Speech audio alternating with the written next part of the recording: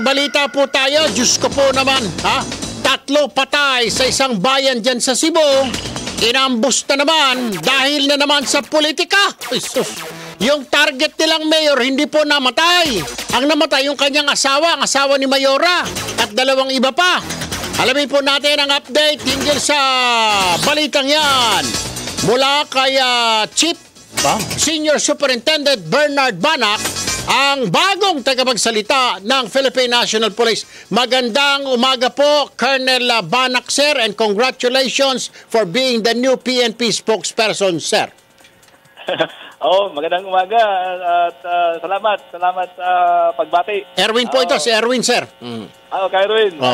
Sir, okay. Diretso lang po tayo. Yung ambush po na nangyari sa Cebu, binibigyan yata ang PNP, ang PNP Cebu, ang regional PNP doon ng 24 oras sa security para sa na-ambush na mayor na nabuhay at gusto yata ni Jel Abayalde ma-resolba ang kaso sa loob ng 2 linggo. Colonel, tama po ba ito?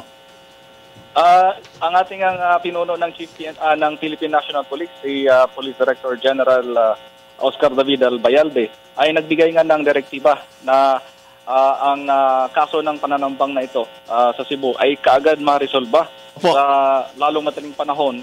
Sa 2 linggo ang palugit na kanyang ibinigay.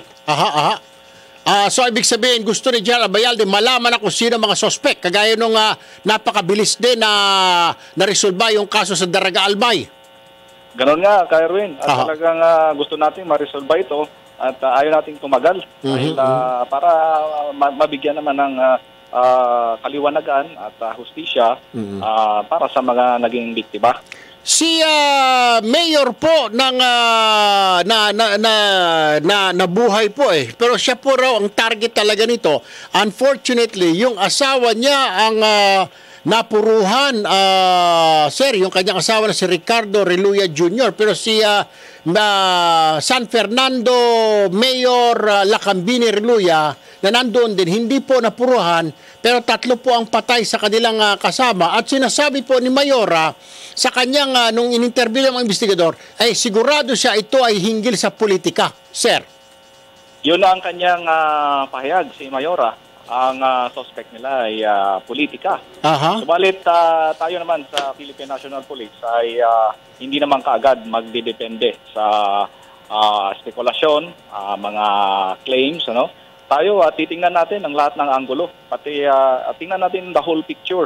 Ano ang pangyayari para hindi tayo magkamali. Sir, isa pa ho, maiba naman ho tayo. So, binigyan din yata ng PNP na ngayon na 24-hour security si Mayora, sir? Batapos nga itong insidente? Gano'n na nga.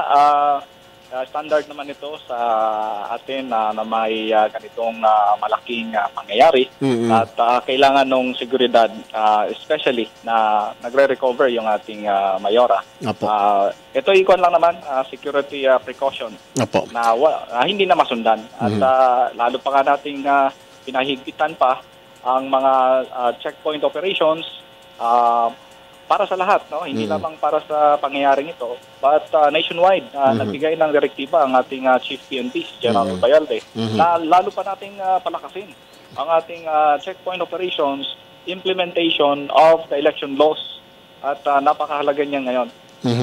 Sir, isa pa hong issue, ito pong Daraga Mayor si Baldo na inaresto nga ng PNP dahil sa mga firearms, illegal firearms, ay sinabing dinala muna ng PNP sa ospital dahil nagreklamo ito ng high blood. Pero ito ba ay naka-confine nyo na ibalik na muli sa kulungan ng PNP, sir?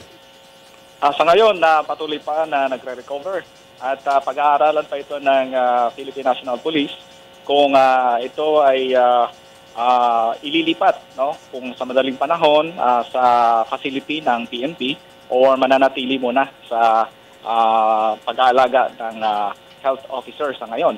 So, antabayanan lamang natin ang mga developments dito at may papahayag naman natin ito kaagad. Okay. Alright, sir, maraming salamat, Colonel Bernard Banac, ang tagapagsalita po ng PNP. Good morning po, sir. Good morning po, Kay Erwin. Maraming salamat po.